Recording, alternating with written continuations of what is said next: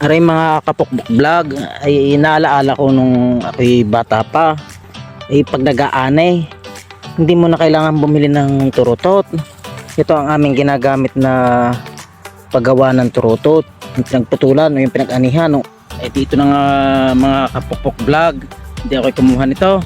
Ito ang aming ginagawa para kami magkaroon ng turutot. Instant turutot baga, puputulin ng ganaan.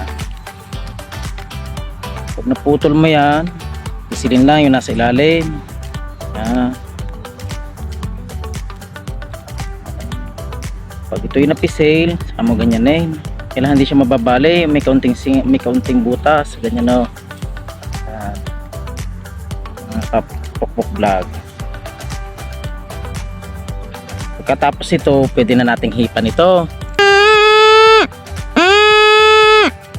Di ba instant turutot na